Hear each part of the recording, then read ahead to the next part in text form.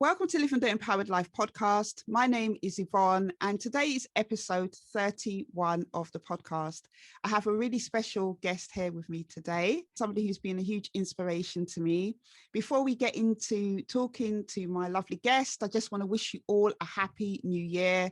Happy 2022. I hope this year for all of you is a year where you have the courage to act upon the things you want to do, that you're able to go after your goals and dreams, and just do amazing things this year. So as I mentioned on today's episode, I have a lovely guest. Her name is Tasha Rego. I first met Tasha back in probably about 2010.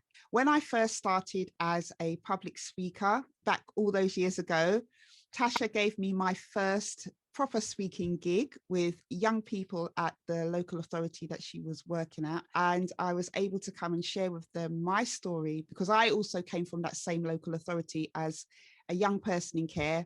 And I was able to go and share with the young people my story. And, it just was such an amazing experience when I was thinking about leaving behind a paid job, which was a bit later on. Tasha was already doing it. Tasha was already out there, having the courage to step outside of the things that she knew as normal, meaning working in a traditional job, and just stepping out and starting her own business. Tasha is director of Silverline Horizons, and they are a consultancy company that work with organizations to involve children and young people in the delivery and evaluation of projects and services. Also, she is founder of Chateez. That is correct, I've said it. That is correct, yes. Great. So she's founder of Chateez, and basically it is a modern take on flashcards using popular emojis. Basically, she has designed them to encourage communication with young people, to express their feelings in a creative way. And also as well, these cards are for parents and professionals struggling to talk to young children and young people about their feelings. So she's a woman of many talents. So without further ado, I'd like to introduce Tasha to you all. Hello, Tasha. Hello, thank you, Yvonne. That's a lovely introduction. Welcome to the podcast. Thank you for agreeing to come on. I've been looking forward to this for a very long time.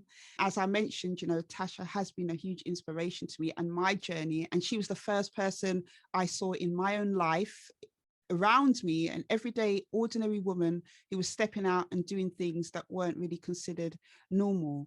So I'm going to start really, Tasha, with just asking you a little bit of your background, where you started from.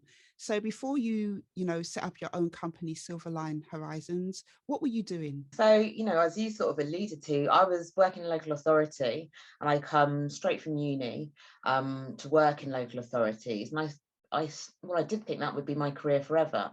And it's a bit like that self-fulfilling prophecy, isn't it? Like, I've been really lucky to get onto what they called a graduate program in local authorities.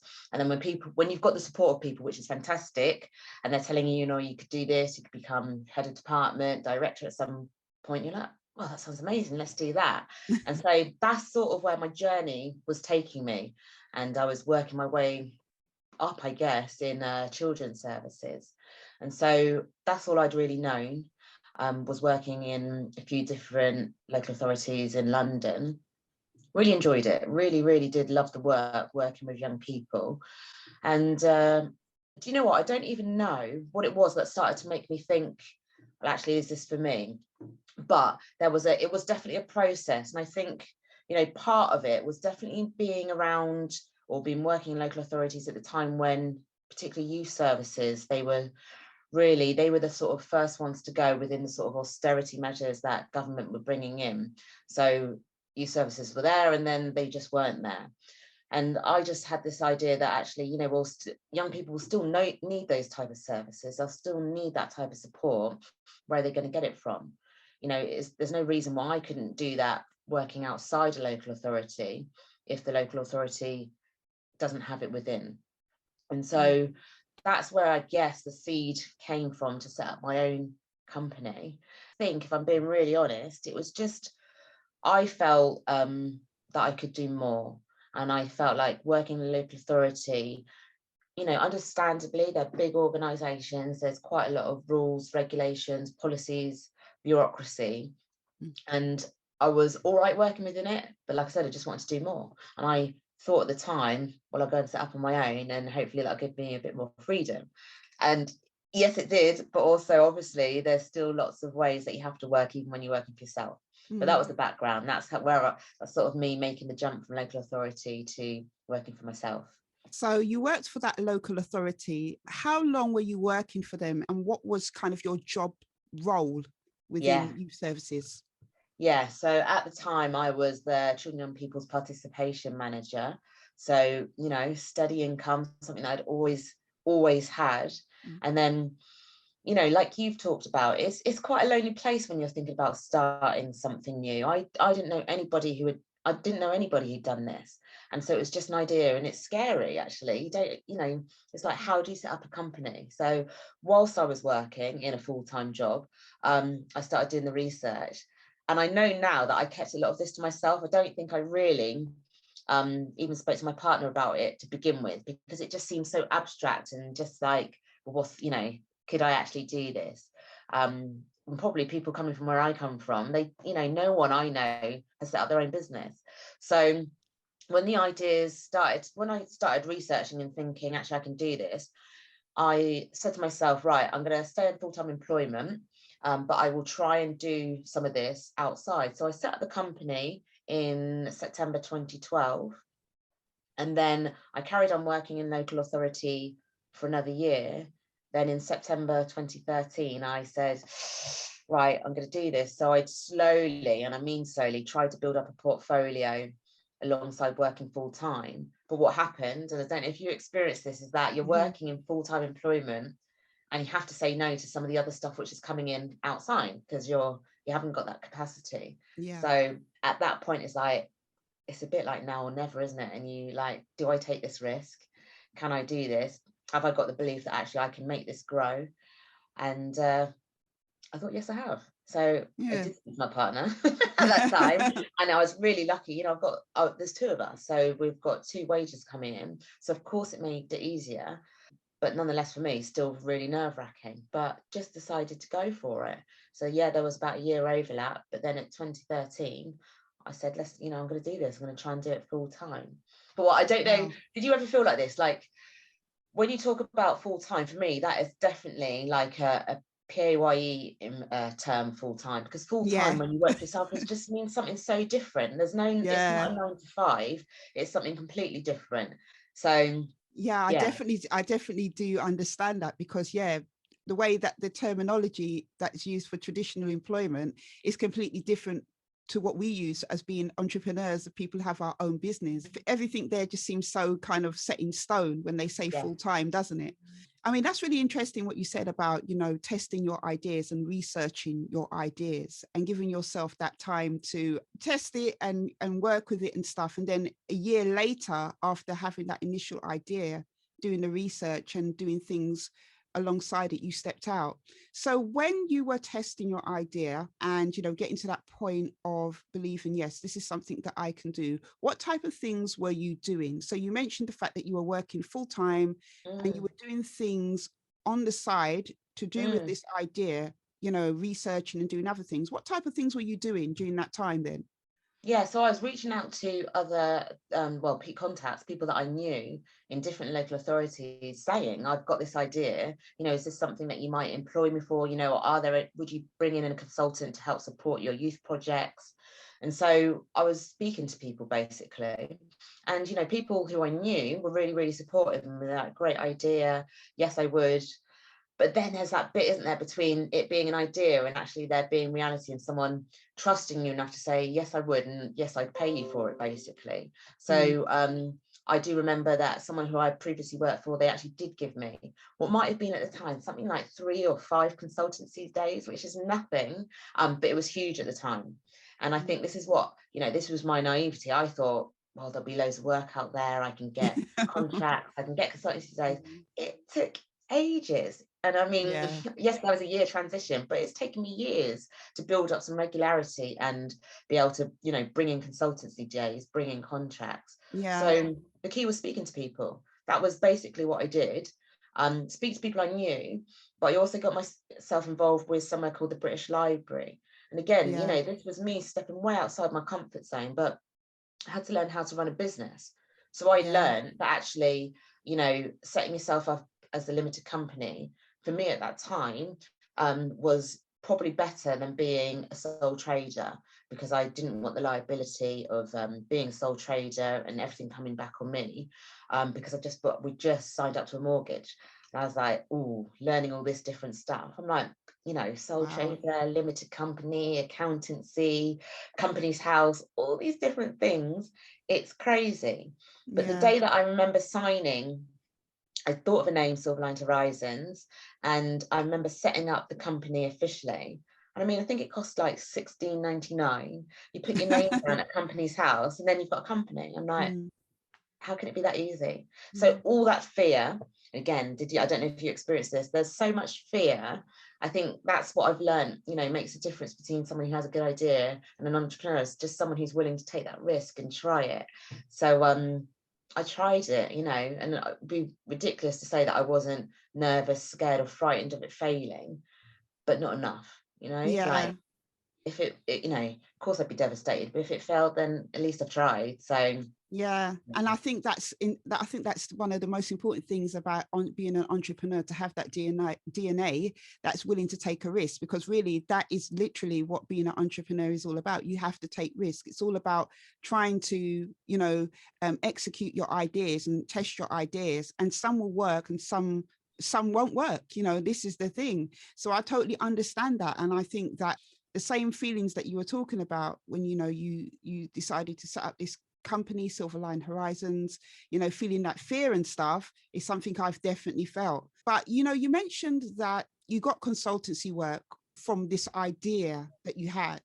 Did that feel exciting? Because obviously, you know, you researched your idea, you saw kind of a gap, a need for this type of service, you tested it, you know, you contacted people to ask if it's things this is something they'd be interested in. So what did that feel like then, to finally, you know, see, actually, this idea looked like it may work? What did that feel like? it was, it's just, as you said, it was so exciting. I think you're running on adrenaline at the beginning, you know, you're so, like we talked about, there's no full-time hours, you're just doing whatever you can to drive stuff forward. So I was on it, and I was like making flyers, you know, talking about what the company could do for you, and picking up the phone to people.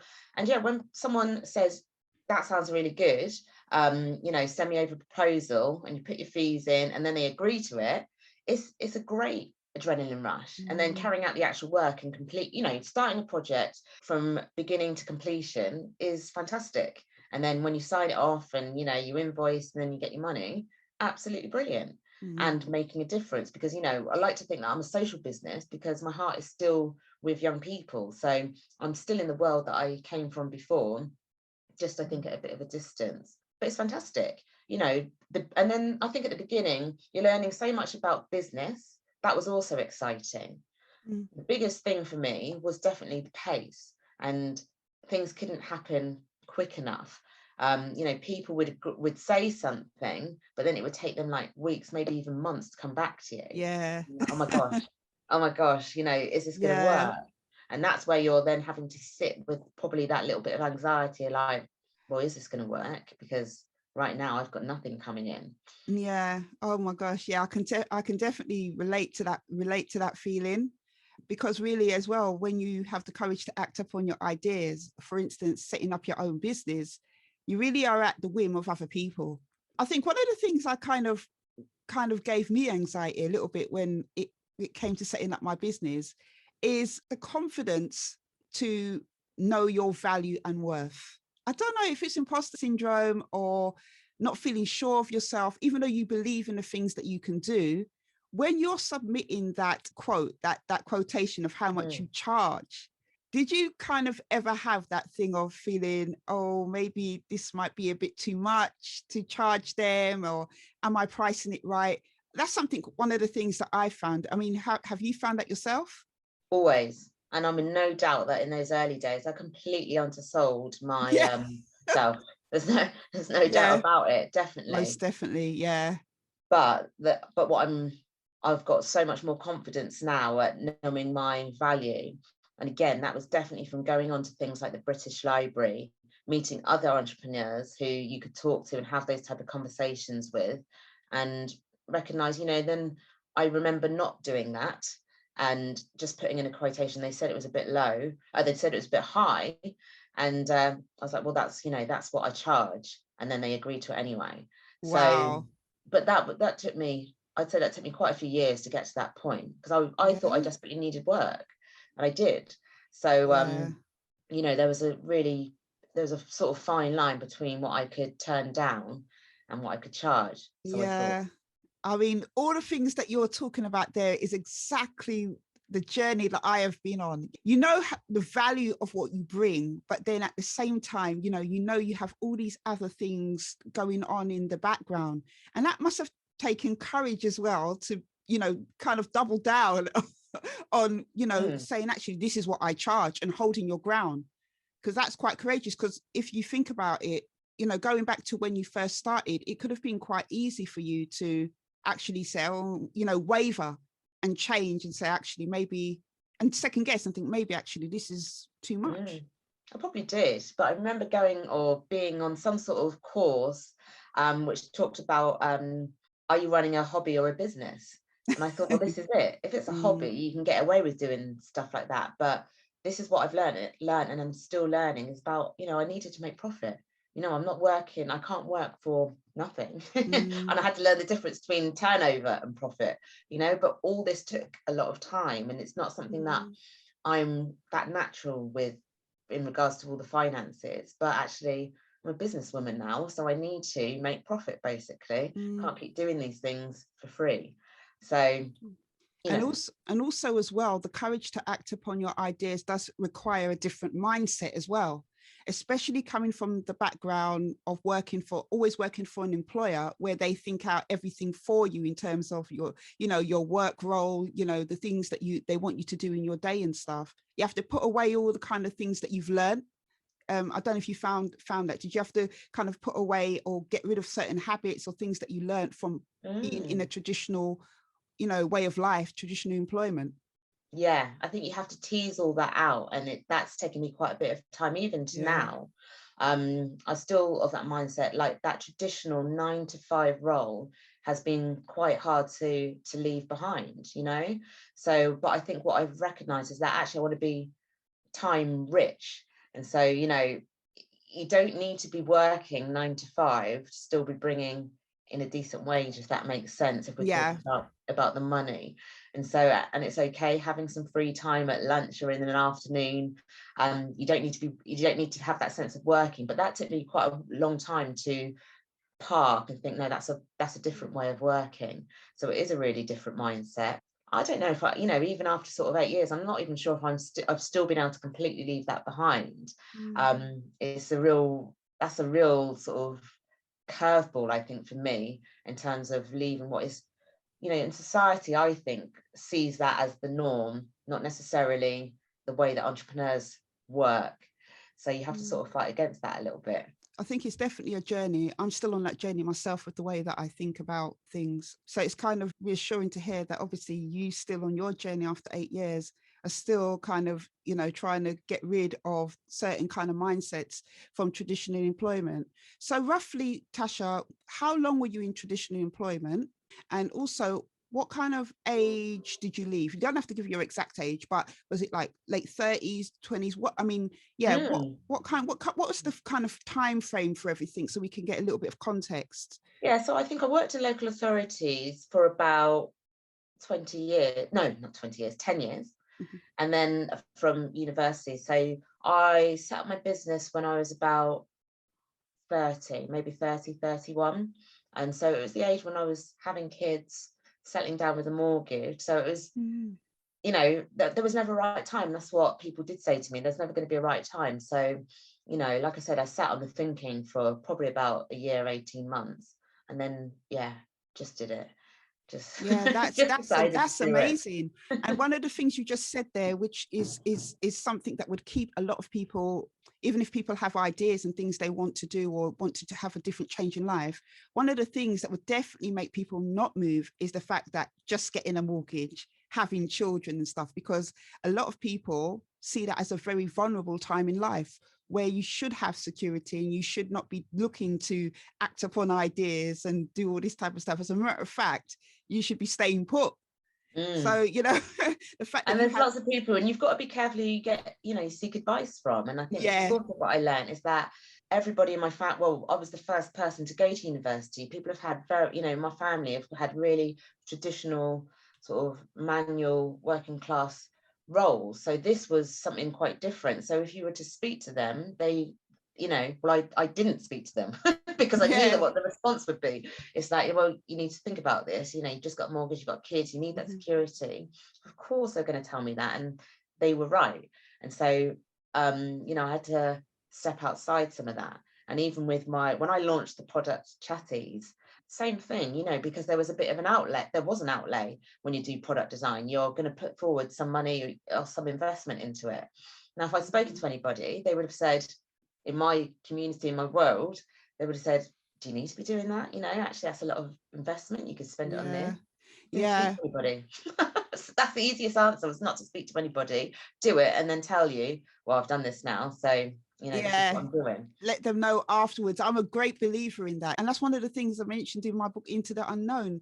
When you step out and you do new things, you have to be very careful who you tell, because a lot of people don't come from that and they're not doing those things. So you have to find like-minded people to be able to share that with, who are going to encourage you. That brings us on to, because you just mentioned about Chateez. So obviously I take it that your confidence and everything from doing Silverline Horizons and getting contracts, that helped to build your self-belief and confidence? Yeah, it did. It absolutely did. And it's in so many different ways. Like you said, you're doing everything as a first and you're learning, like you're not always getting it right, but you can correct and, try again, basically. But it did fill me with confidence and gave me space to do more of what I wanted to do. So yeah, the idea of Chateez, it came to me as a result of some of the consultancy work that I was doing. So I was working with this particular group of young people in a local authority who, they were all growing up in care, and they'd been referred to this group that I was running. And so it was a bit like a support group for young people, but it was very much activity-based, strength-based. So we did lots of things together, building relationships, went on residentials, climbing walls and doing everything else. It was a fantastic group. They were fantastic young people. One of the things that I recognised in my role of, coming from sort of youth work, children's services, is that the purpose of the group, so the adults thought, was that they wanted them to talk and, discuss and be a bit like a talking therapy.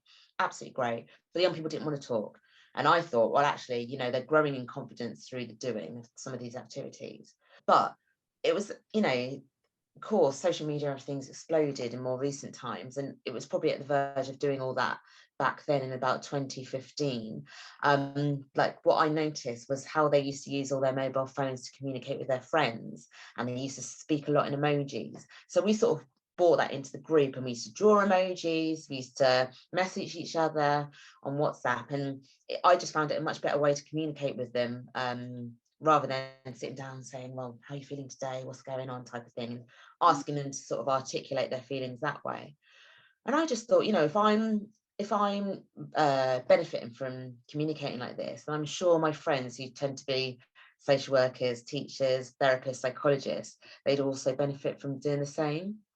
So that's really where Chateez was born from, is that I took that idea, again, thought, let's try it. So I had like these little emoji cards. I know you will have seen them before, but had these little emoji cards designed with lots of different thoughts and feelings on them. Had them designed, got them printed, and then sent them to my friends who worked in local authorities or, as psychologists. Just said, use them, see what you think. And, it came back quite positive. So I got a few more printed. And then, Chateez was born, and then started to sell them. And I think I launched them at an exhibition in 2016.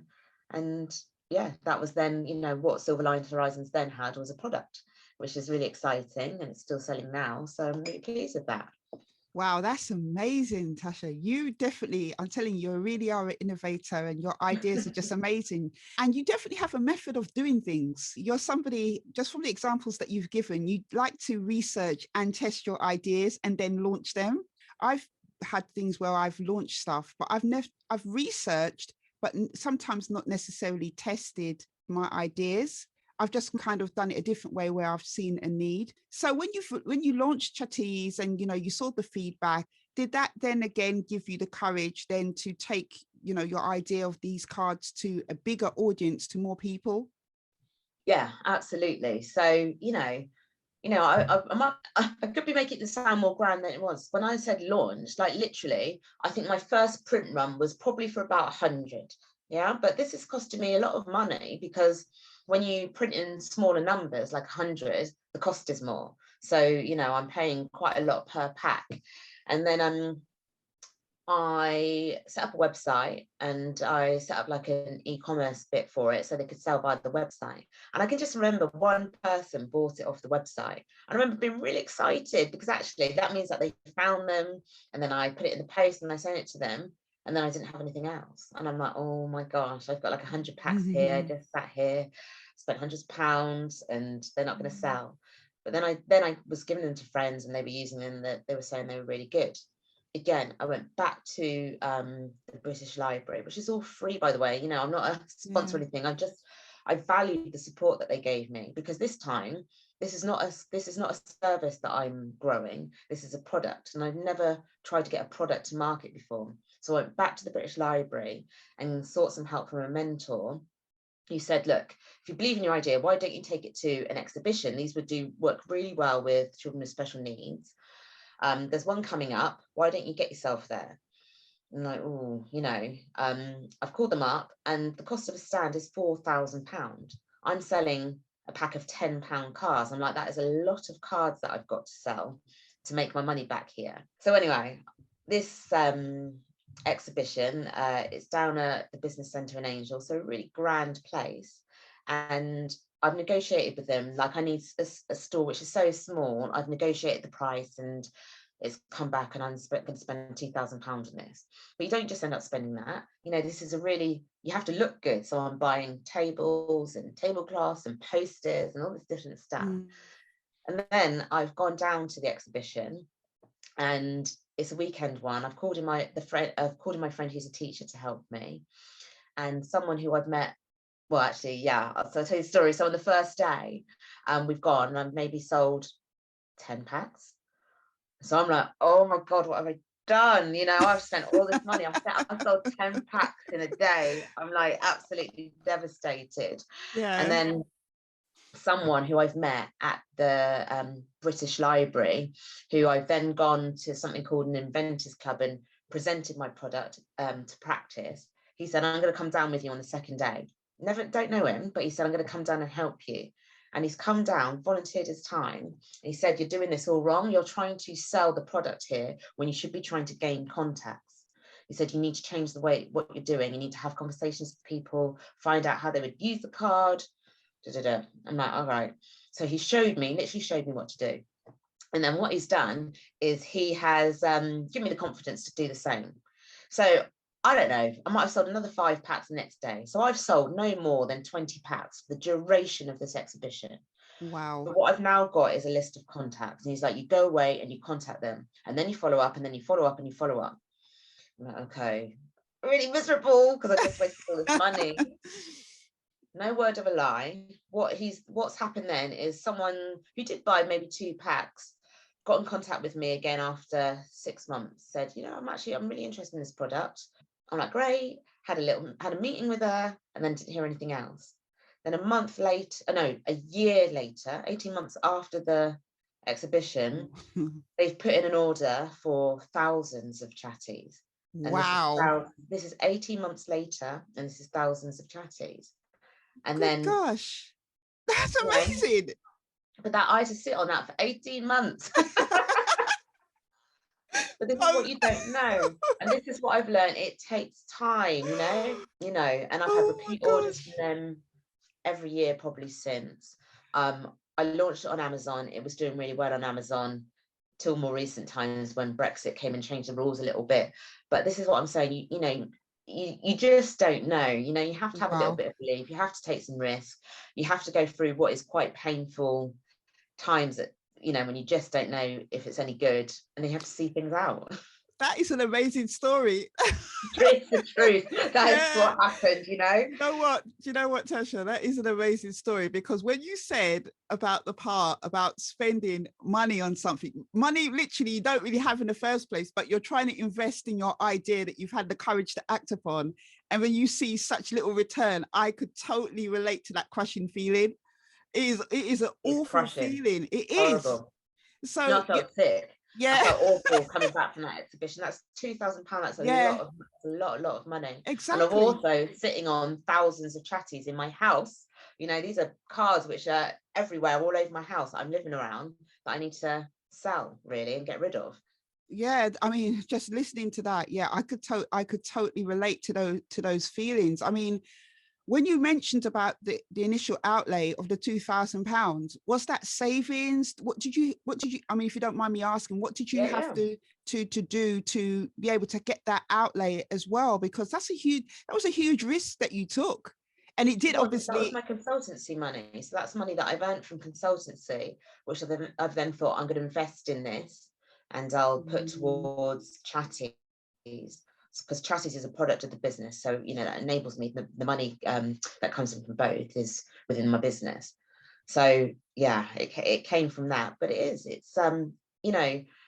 that's only one thing that I've invested in. I've invested in other things which just haven't worked. And it's like you said, it's crushing when you spent that money and something hasn't worked. mm, So, but this is what you do as an entrepreneur. You do try things and you have to balance the risks, don't you?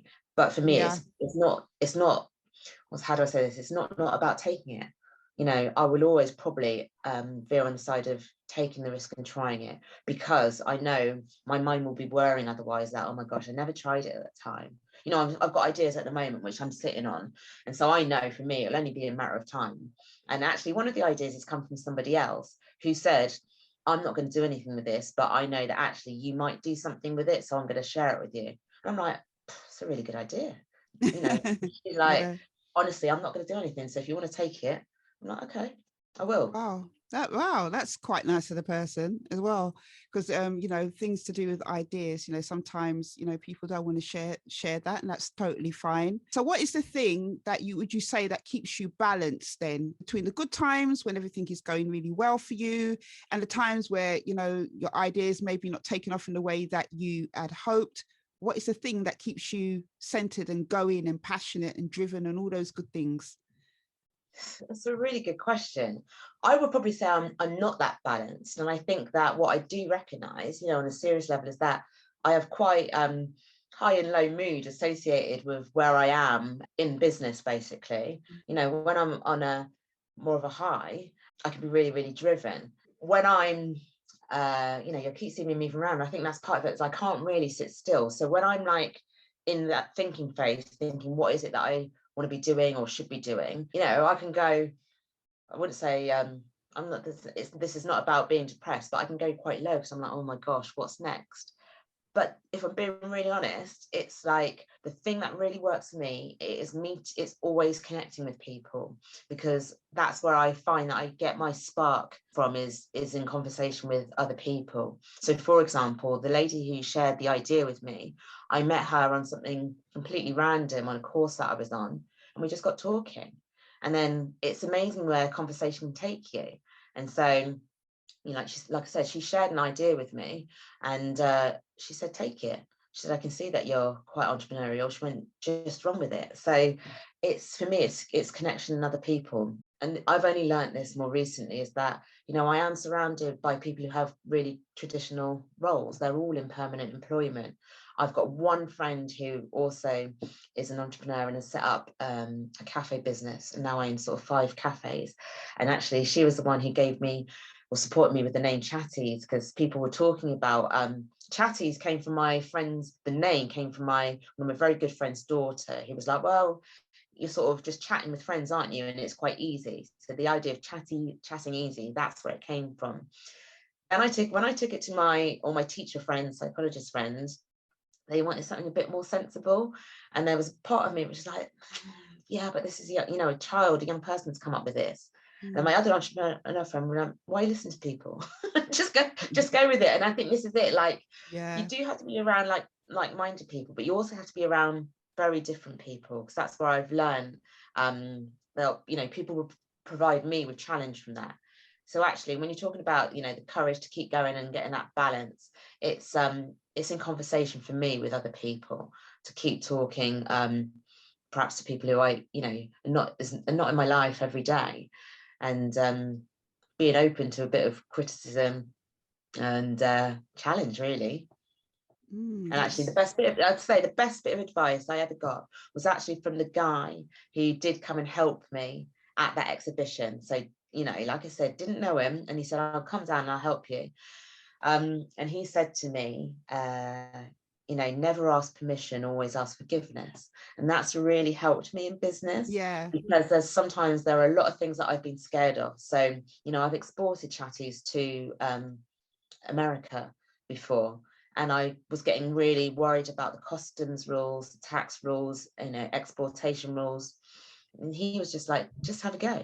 He went, what's the worst that can happen? You might get something wrong, and then they'll come back to you and they'll tell you you've done this wrong. And you say, I'm really sorry. What have I got to do to correct it? Perfect. That's exactly what I did. And I think I did get a letter from tax and exports, but it could all be resolved. So that's one of the things that has also given you the courage to just act upon your ideas, is connecting with different people outside your circle. Would you say network has played a big part in you being able to have courage as well? Would you say network or networking has played a big part? It has. And I'm not, I'm quite an introvert, so I'm not out there on social media. I'm not out there in those type of spaces. But of course, you have to put yourself out there. That I'm not massively behind my brand, and everyone will tell you that you have to be. But actually, I'm really private, so you won't see me on any of my social media channels. Very, very rarely. It's just not who I'm about. And I'm more comfortable with that now, because again, everyone will tell you you must be out there on social media. You must be there. It's not me. That's what I've realized. So I'm going to run my business in the way that I'm going to. Maybe it doesn't make as much turnover because I'm not completely out there on social media, but I'm now comfortable with that. It's taken me quite a long time. So networking was hard for me, but what I am confident in is going into spaces where I don't know anybody. I'm comfortable in stepping outside my comfort zone. Never had any problem at doing that. So I have networked, and I have made some brilliant people who then those contacts have come to fruition. For example, the buyer of Chateez, who then I connected with at the exhibition. I don't necessarily talk to that person, but I talk to the organization that they used to work for. So yeah.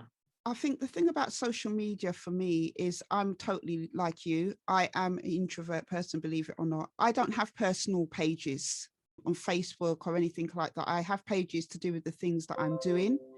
But that is something that I'm totally always see as well, just from just reading things to do with entrepreneurship, having your own business. You should be marketing, you should be this, you should be that. And I'm like you, I don't feel comfortable. I don't feel comfortable doing that, but I do understand that it's part of having a business. But I think networking can come through other avenues as well, not just social media, because in the beginning of the interview, you mentioned the fact your network, when you were talking about Silverline Horizons, your first consultancy started from somebody who you knew already, maybe in another authority. So that's another way of networking, using the networks, that you already had, going back through that. And LinkedIn, for instance, I wasn't really big on LinkedIn. It's only lately, actually, I've been using it a little bit more, not every day or every week, but when I do something, I'll just do a post or something like that. And that to me doesn't feel too bad. But all the other ones like Instagram and stuff, it's a little bit more difficult. but you It's found, finding your limit, isn't it? I think it's all yeah. about finding where you're comfortable, and yeah, I think you're really good on social media. Oh, I'm thank really you. poor. It's really obvious that I'm really poor, but you know what? I'm really all right with it. If it's Yeah. between me having a good business and an excellent one, I'm all right with being good, because actually I'm at my most comfortable right now with where I am in business, where actually I don't have all that stuff to do with social media, because actually Mm, I'm well aware of what it does to me, always having to find content, and yeah. it's not where I'm at. So I think, again, it's something that you just learn and navigate, isn't it? But you have to find a way to make it work for you, because it's your journey. It's the way that you're going to do things. And if social media, that way of doing things is not the right way for you as a person, then you find a different way. I do my bits and pieces just because, it's things that I can do, but I'm not going to go outside and do anything outside of what I want to do, and I share what I want to share. So you have to find different ways to be able to navigate that space. One of the things that you said, which was really interesting, actually, you said that you're somebody who is totally not scared to step outside of your comfort zone. Something along those words you just said. You said, stepping out of my comfort zone is nothing to me. What gives you that boldness to do that? Because Nothing to me. What gives you the boldness? I don't see it as yeah, anything. I don't see it as anything bold. It's really exciting. I love doing that. I love yeah, doing different stuff. Like I said, at the weekend I was on a barista training course. That is so different to what I would normally do. But I went there, to be honest, to support a friend who's been sat on ideas for a long, long time. Now, I've told her time and time again, go along to the British Library, go and do this, and this again is her idea, but actually there might be something for me in barista training, social enterprise, young people, this type of stuff. So I said to her, right, let's book ourselves on one. And I knew she was a bit fearful of it, but she did it, we did it. And I love that. I love doing stuff which yeah. is because, again, that's where you get your ideas from. That's where you meet new people. That's where you have a conversation that you might not ever have before, So, yeah, Yeah. But you see, the thing is, you say like it's just so normal. I mean, for when I was getting ready, when you stepped out of your job and I used to have my conversations with you, because obviously towards the end of 2016, I was really, really unhappy. And I remember calling you and asking you some questions about stepping out and stuff like that. Obviously you make it sound so normal. And at the time, I didn't think it was, I was struggling with the idea that this could even be a thing, that you can actually leave a traditional job when you've got bills, commitments and stuff, and you were the only person doing it. And seeing your courage and the way that you were doing things, you were the only person kind of a reference, as I said, in my life, that I said, actually, she's doing it and she's making it work. And what I love about what you share is that you're very honest and open with everything. It's just been beautiful to hear, because I think a lot of people need to hear that, because too many people I see are struggling. They have ideas, they have passions, they have things that they want to do, but they just don't have the courage to do it. And it seems like a really big block for them, a really big obstacle to step out and just do things. And what I try and get across to people is it's so freeing. It's so freeing to do it. I was once there, you were once there, but it's so freeing because when you have courage to do whatever you want to do, you're more happier. I am. And, like you said, it might not be for some people, and I completely get that. But your word of being free, yeah, I definitely feel that. I couldn't work within what was the constraints of a local authority, but it's the right place for some people. That's very them. But I needed to have just a little bit more autonomy over time, life, work, creativity, everything. So, yeah, it is a big deal, and I don't want to sound naive or diminish actually how much of a big deal it is. But what I am definitely comfortable with is about what is the worst that can happen. I'm prepared to feel the worst if it should happen, because I know, things will always get better. So, Yeah.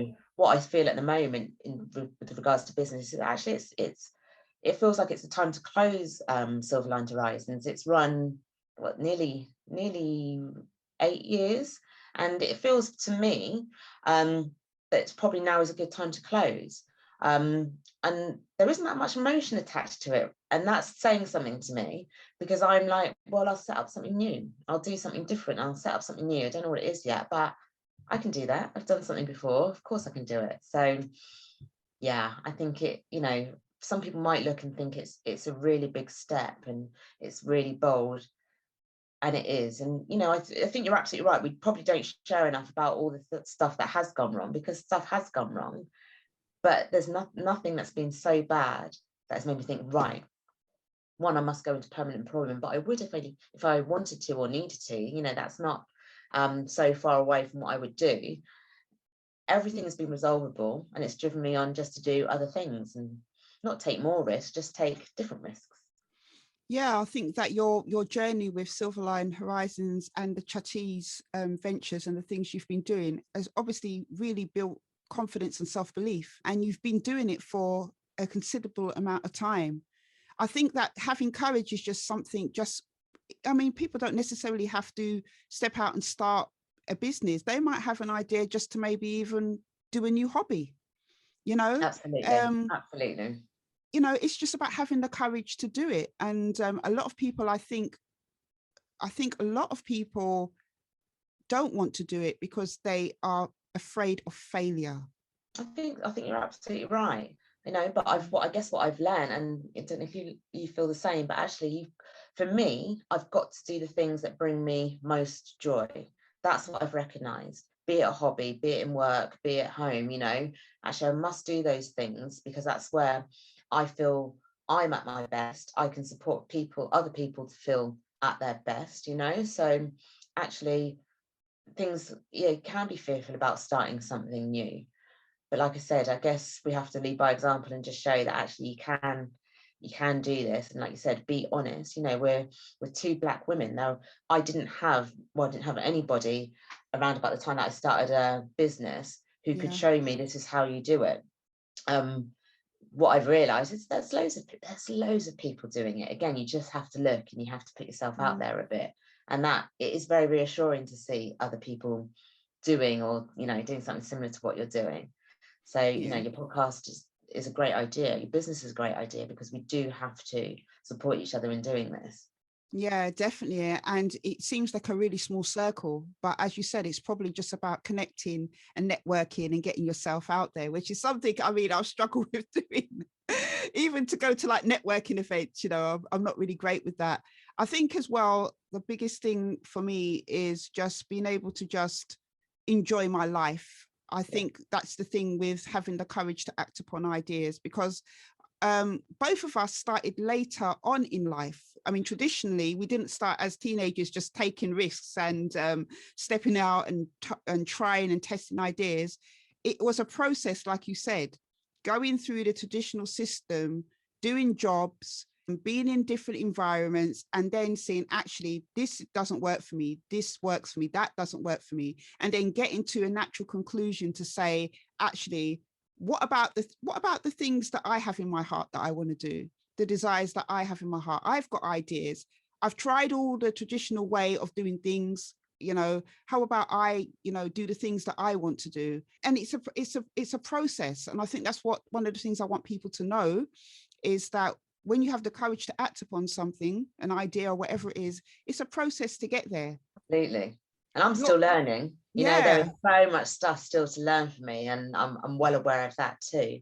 And just something else that you said, what people also need to know is that, actually, when business has been like that, it's been like a roller coaster, up and down. Yeah. So I guess if I look back, yes, I've increased maybe turnover and profit every year, but it has literally been like that. So actually, if there was a year where actually I didn't have that much work or didn't bring in much money, then I would go and do an agency work for a little bit, because again, I've got belief in my skills. I can do other jobs, I can do work.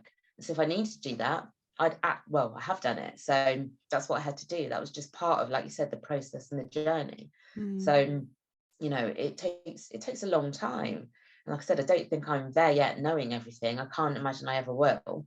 It's it's always something different. I think it's always stuff that you can learn.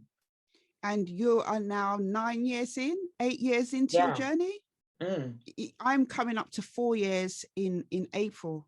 So, I think another thing I can take away from what you're saying there is that you're never going to just be at a place where you've arrived, you know?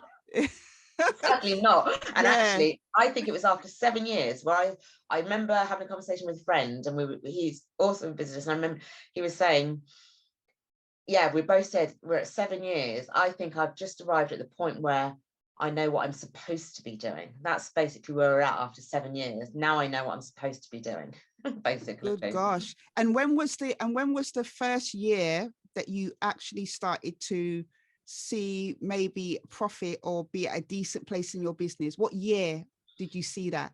Yeah, after about 4 years. Okay. Oh, well, there's Yeah, hope for me yet. after 4 years, and the money, I'd never, to be honest, I never think like this. It's only because in my talking to you, but if I climbed the career ladder in a local authority, I'd be earning more money than I'm earning now. There's no doubt about that. Mm. But I'm just not, I'm not interested. So it doesn't, Yeah. that's where I'm at. So yeah. Yeah, and again, it's about sacrifice, isn't it? Because obviously the courage to act upon your idea, you're going to have to sacrifice something. And for a lot of us who are entrepreneurs, have our own businesses, it's usually the money. That's the first sacrifice, Yeah, you know? absolutely. There's no doubt about that. And I think, Yeah. what do you get to hear about is there's people who start these businesses and then they become multi-million turnover, Oh my gosh. Yeah. Yeah, absolutely. I was reading a really interesting book by a lady called Maria Hassisfaris or something like that. She's CEO of Rodale Cosmetics. And she was talking about this. When you see people, and she's quite well off, but she was showing during the pandemic on her Instagram, her lugging parcels, doing all these different things, because on Instagram, I think there's a lot of deception on Instagram when they're showing people who've acted on their ideas. For instance, they've started their business, they're on private jets, they're eating this, they're going here and there. And a lot of the real entrepreneurs will tell you it's not like that. It's not like that. But I think Instagram allows people to have a dream kind of thing. They see all these things and say, wow, yeah, Yeah, being an absolutely. entrepreneur is, but it's not like that. It's I not mean, like that. Like when so I sell Chateez on Amazon. Amazon I've got a love-hate relationship with, because actually, if it hadn't been for Amazon, I would not have the distribution channels that I've got.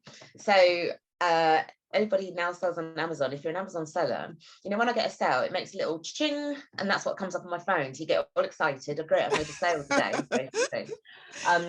So what I'm not so happy about is when sales come via my website, because it means that I'm going to have to go onto my bed, pack a pack of Chateez, put it in an envelope and walk down to the post office. And I was doing that every day at one point. And that's the reality, is like literally I've got Chateez all around my house in boxes because storage is very expensive. And yeah, anybody who has product knows this. If you're, I've got stuff coming, it was important for me to have it printed in the UK, so it's printed here, but I've got all the other little bits coming from all over the world, and then you've got customs, and then you've got boxes. That's reality. It's not that glamorous, I don't think. no, it's not. And that's another side people don't hear about. The unglamorous side of, having your own business or, stepping out and doing ideas. There is always another side to doing things. So, I mean, what's been the biggest reward for you then, in stepping out and having the courage to act upon your ideas? Can you kind of share with us 3 things that have been like really, yeah, or one single big significant standout thing for you, whether that's Yeah. personally or in the people that you've connected with, your young people? Yeah. Yeah. What's been the I thing for think you? I love doing my consultancy stuff because that brings me in contact with young people and people really. So I love doing that. But I think for me, my biggest sort of feeling of success at the moment is Chateez, and actually knowing all the Chateez that have been sold, given out, wherever they might be, are being used by people across the UK and probably in America to some extent. And so the idea that my product is being used to help children and young people articulate feelings, talk about emotions, is fantastic. And that really does, like I said, bring me joy to know that it's being used and it's actually making a difference. So that is definitely my biggest success, because, and credit to those young people who, I said the idea came from, because had we not spoken about it and trialed it a little bit within that group, they wouldn't be here. And I know from feedback, I know from, Amazon reviews, I know from what people have told me that actually these have made a difference. So I'm really, really proud of that. No, that is absolutely amazing, because obviously, your product is fulfilling the purpose for which it was for. Yeah. It hasn't become something like, that you never envisioned it to be. So that must be so amazing. That must be so amazing. I bet you're probably hearing things from people who have used the Chateez cards that you probably didn't think you'd hear. Yeah, I mean, I'll tell you, or I've got to finish on this one story, and maybe I've told it to you before, but this was very early days. So this was back sort of 5 years ago now. Is the cards were being used by a social worker friend of mine, with a young person that she was working with, and she overturned. There's one in the pack which talks about being, or hugging, I think it is, and they started a conversation about it, and this young person was in foster care, and it led to a conversation about how she wasn't being hugged by anybody, and it made her sad. And so what the social worker was able to do then was have a conversation with the foster carer, and the foster carer was like, oh, we'd love to, but we didn't know if we were allowed to hug her. And so the social worker was like, you must, you'd be role modeling for her to hug her, so absolutely. So that story for me was a real turning point, as in these need to get out to people, because if that one card enabled that conversation to happen, and for that young person to feel, then actually receive, safe touch, contact, I think that was amazing for me. I was like, absolutely, the power of an emoji card, to do that was amazing. So yeah, that's definitely something that, as long as they sell, they'll be there, and we'll see what comes next. Yeah, I mean, that's amazing to hear. I haven't heard that story, by the way, before, but yeah, no, that's really amazing to hear, because that's really, for that young child to be able to connect and open up like that through the cards, that's a powerful thing. So what has been like the biggest takeaway then from seeing your ideas from concept to reality? What has been the biggest takeaway for you personally? Yeah, that anything's possible, anything is possible. And I do say this to everybody. I just anything is possible. You've just got to have a go, like I said, I didn't know if it was gonna go anywhere at the beginning, if you think about Chateez, but it has, and it does. So that's my biggest takeaway, is that if you've got an idea, like you said, if you're then willing to act on it, anything's possible. Yeah, anything is possible when you have ideas. I think people do need to know that you have an imagination for a reason. There is that, and I know we've spoken about this. People will tell you, well, it's not. Don't listen. Yeah. Don't listen. Have a go. Yeah. Block out that noise and have Yeah. a go, and then see where you go with it. Because really, it's like you're carrying a baby when you have an idea, isn't it? It's like you've got this idea, you're not sure about how it's going to come about, or if it's going to come about. You need to be careful who you share your ideas with. Definitely, Yeah, well, I because don't know if I said be careful who you share it with. So this is no, for I'm me. saying, Yeah. no, I'm saying to be careful who you share your ideas with. And I've been there myself, so this is why I'm saying that, because as I said, people might not are coming from different places, and if they haven't done similar things, it's very easy, especially if they've got an influence in your life, for that influence to overwhelm the thing that you want to do. Absolutely agree with that. Absolutely. I think what I would say to add on to that is be careful who you listen. Be careful who you listen to. That's my bit. Like, I think if you're doing a product, this is also quite interesting. It's about you are worried about sharing it, because you're worried that people will run away with it and take it away. But as you've sort of alluded to, lots of people have ideas and they don't act on it. So I think that even when Chateez was born, again, went to the British Library, talked about getting licenses and trademarks and copyright. I got to understand all that. But the biggest barrier to it not working was me not putting it out there. So actually, you have to put stuff out there. And then as soon as you put it out there, everybody knows about it. Anybody could copy it. But again, that's the risk that you have to take. Has anybody copied it 5 years later? No. And that's a real surprise, because it's not that hard to copy. But what I don't think people are prepared to do is go through all the rigmarole of getting all the Yeah. licenses and everything. So this is where, Yeah. that's also the other risk. Yeah, because you, as well, you have to commit to, when you're have the courage to, act upon your idea, you have to commit to everything to do with it if you want to see it, become a reality and stuff. And it's funny you mentioned the British Library, because that's one of the first pieces of advice you gave me. And I went to quite a few courses because of Oh, you. did you? Yeah, yeah. Because when I was asking you and talking to you about, telling you I wanted to step out and do my own thing, you sent me stuff. Some things Brilliant. were fully booked by the time I got on there, but I was able to go to things like, the copyright, how to, copyright your work, and, Right. intellectual property and things like that. Yes. So, and I actually got a membership with the British Library from your idea, going to Brilliant. it. Yeah. So Like thanks I for that. said, no, I'm not, I'm not, what do they call it? Like, not paying me to say any of this, but I cannot, without the British Library, I wouldn't be here. And there's no doubt about that. They are, the support, the free support that they give via their business school is incredible. I think it really Yeah. does. If you're on your own, like I was, to go there, you obviously get to meet people, which is fantastic, but the quality of the information which they give you is absolutely brilliant. Yeah, definitely. I haven't been there since 2019, but I do plan on getting back out there, next year, and going there, seeing what's out there. Because from when I went there the first time was really early on in my journey of Yeah. stepping out. So now I'm in a different place. So I probably feel more at home going to look for the things that I was, Yeah, quite possibly. looking for. So what encouragement then would you give to those who have an idea, but don't have the courage to go after what they want?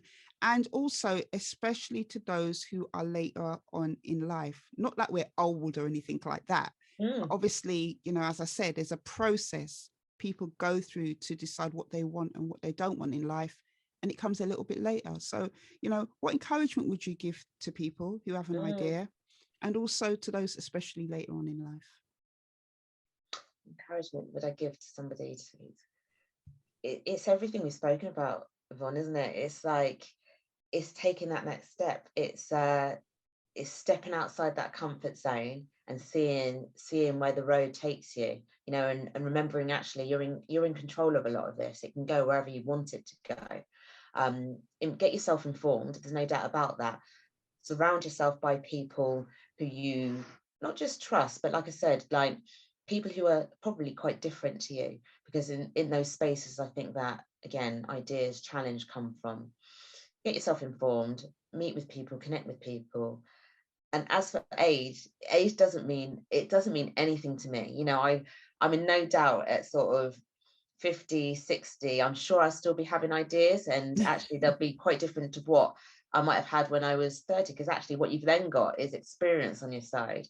And so I will still be, or hope I'm still acting on them then, and seeing where it takes me, because age does not mean anything. And I've met some people who are older and younger who have that same sort of entrepreneurial spirit and have got those ideas, and they've I look at them in admiration, because they're still going to do something with it.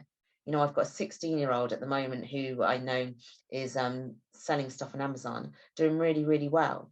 And I think when you're younger, you're prepared to take more risks. And I think, I look at him and I think that he's really exciting. And I see Yes. much older people who have actually retired and then decide to do something. And I know someone who was much more nervous when the time came for her, but she did it. And I'm just like, that's amazing. It's the acting upon it, isn't it? It's the Mm. actual doing and taking it somewhere. So what can you say other than go for it, give it a go, Yeah. try?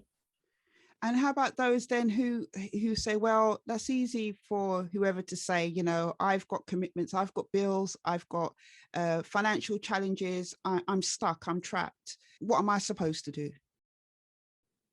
Yeah, what do I say to those? Don't know if you really want to know. It's just like, Well, I've got a lot. Go on. the reason I'm Yeah. asking you is basically because early on in the conversation, right at the kind of pinnacle of where you were supposed to be doubling down and being sensible, or so-called sensible, staying with your secure job, you had a mortgage, you had children, and you still moved. So that's why I'm asking you that, because no doubt I've heard it so many times. oh, but this, but that, I've got bills, what am I supposed to do? So that's why I'm Yeah. asking. Well, for me, that I had that little voice in my head going, yeah, well, despite all that, I'm still going to give it a go.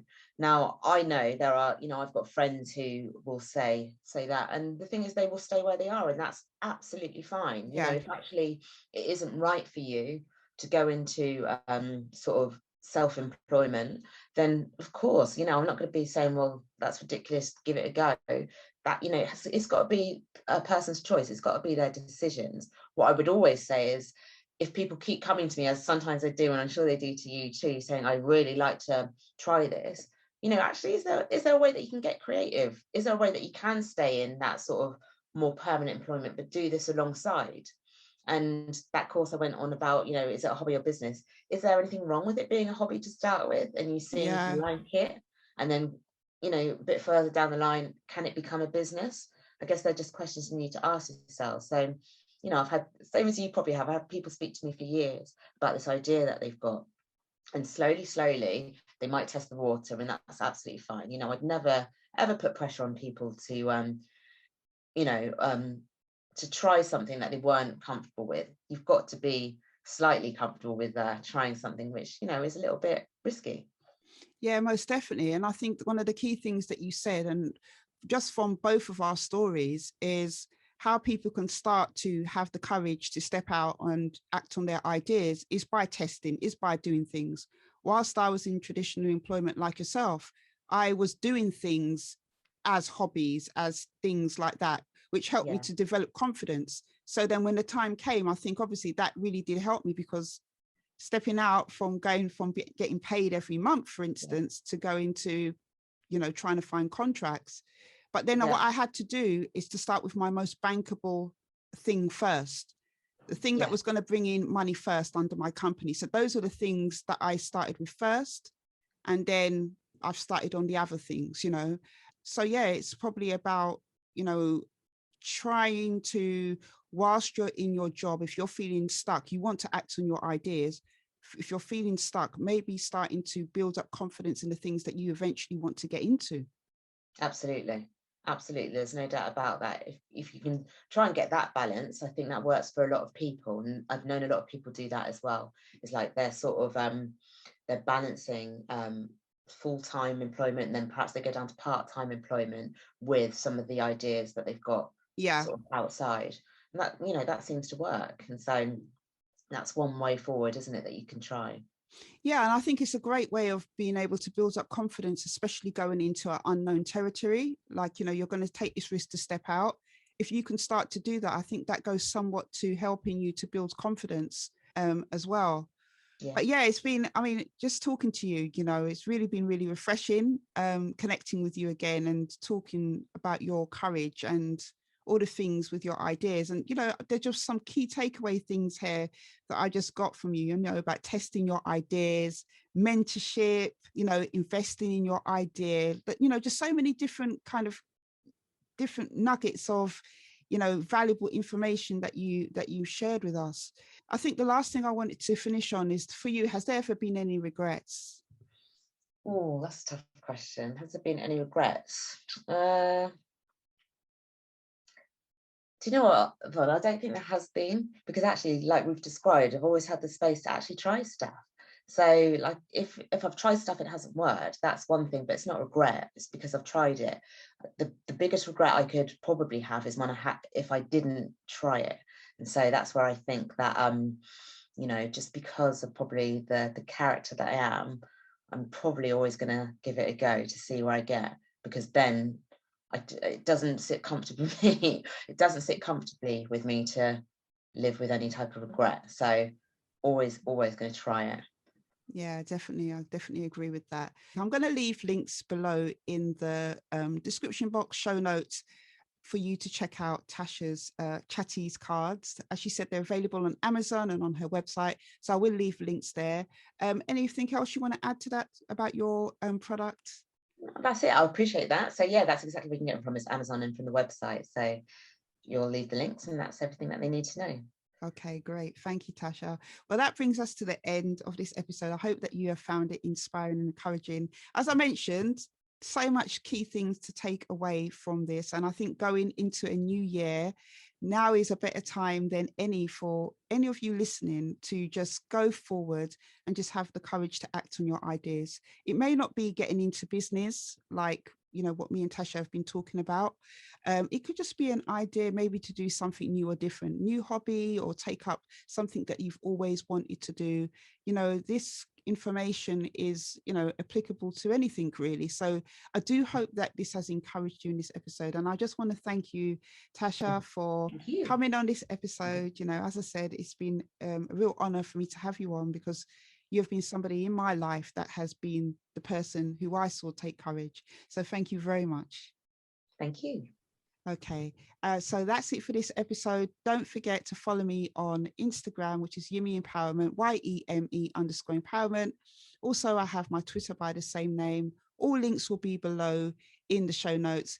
If you want to have courage to go after your goals, dreams, or aspirations, I do have a fantastic online course called the Courage Course, which helps you to put into place an action plan to do this. Also, as well, if you want support in being able to go after your goals and dreams, or just to, you know, do the things you want to do in life, I am a qualified empowerment coach, and I work with clients in a collaborative way to help them to achieve this. So links will be below in the show notes as well. So until the next episode, take care.